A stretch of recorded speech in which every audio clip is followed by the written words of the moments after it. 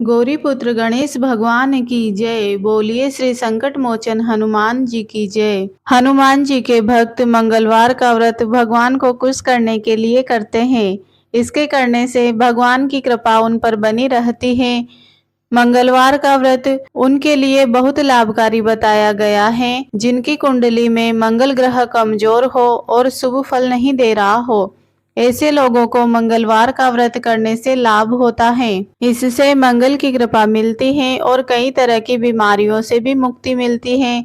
इसके अलावा अगर पति पत्नी मिलकर इस व्रत को करें तो इससे पैदा होने वाली संतान भाग्यवान और होनहार होती है। मंगलवार व्रत से हनुमान जी की कृपा अपने भक्तों पर बनी रहती है।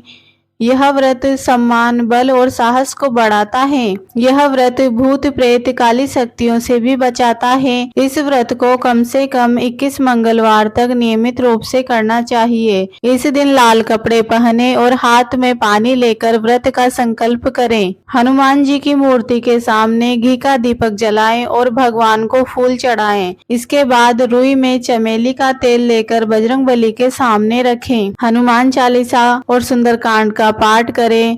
भगवान को गुड़ चने का भोग लगाकर उनकी आरती करें। 21 मंगलवार के व्रत होने के बाद 22वें मंगलवार को विधि विधान से हनुमान जी का पूजन करके उन्हें चोला चढ़ाएं।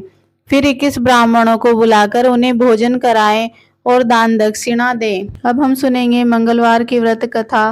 तो आप सभी लोग बड़ी ही श्रद्धा और प्रसन्न चित्त मन से इस कथा को पूरा अवश्य सुनिएगा। मंगलवार व्रत की प्रामाणिक पौराणिक कथा। ऋषि नगर में केशवदत्त ब्राह्मण अपनी पत्नी अंजलि के साथ रहता था।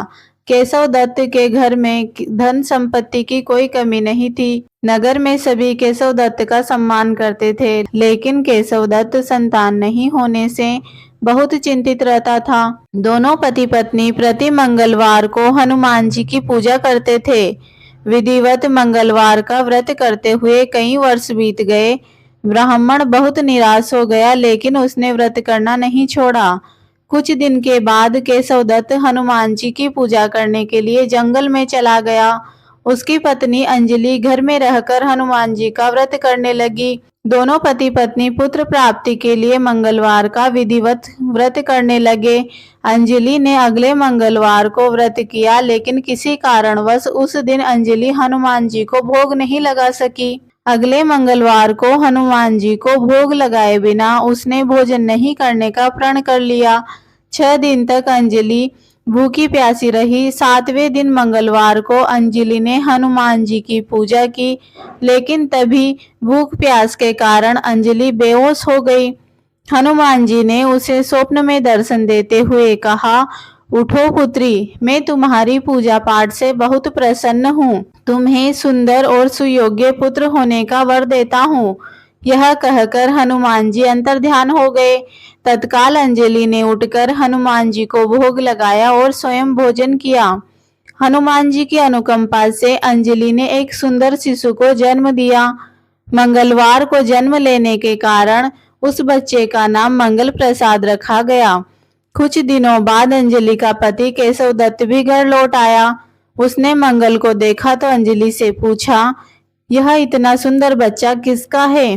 अंजलि ने खुश होते हुए हनुमान जी के दर्शन देने और पुत्र प्राप्त होने का वरदान देने की सारी कथा सुना दी, लेकिन केशवदत्त को उसकी बातों पर विश्वास नहीं हुआ। उसके मन में पता नहीं यह कैसे कुलसित विचार आ गया कि अंजलि ने उसके साथ विश्वासघात किया है। अपने पापों को छिपाने के लिए अंजलि झूठ बोल रही है। केशवदत्त ने उस बच्चे को मार डालने की योजना बनाई। एक दिन केशवदत्त स्नान के लिए कुएं पर गया। मंगल भी उसके साथ था। केशवदत्त ने मौका देखकर मंगल को कुएं में फेंक दिया और घर आकर बहाना बना दिया कि मंगल तो कुएं पर मेरे पास पहुंचा ही नहीं। केशवदत्त के इतने करने के बाद भी मंगल दौड़ता हुआ घर लौट आया। केशवदत्त मंगल को देखकर बुरी तरह हैरान हो उठा। उसी रात हनुमान जी ने केशवदत्त को स्वप्न में दर्शन देते हुए कहा, तुम दोनों के मंगलवार के व्रत करने से प्रसन्न होकर पुत्र जन्म का वर मैंने दिया था, फिर तुम अपनी पत्नी पर शक क्यों करते हो? उसी समय केशव दत्त ने अंजलि को जगाकर उससे क्षमा मांगते हुए स्वप्न में हनुमान जी के दर्शन देने की सारी कहानी सुनाई। केशव दत्त ने अपने बेटे को हृदय से लगाकर बहुत प्यार किया। उस दिन के बाद सभी आनंद पूर्वक रहने लगे। मंगलवार का विधिवत व्रत करने से केशव दत्त और उनके सभी कष्ट दूर हो गए। इसी तरह जो स्त्री और पुरुष विधिवत मंगलवार का व्रत करके व्रत कथा सुनते हैं, हनुमान जी उनके सभी कष्ट दूर करके घर में धन संपत्ति का भंडार भर देते हैं। शरीर के सभी रक्त विकार के रोग भी नष्ट हो जाते हैं। बोलो बजरंग बली की जय।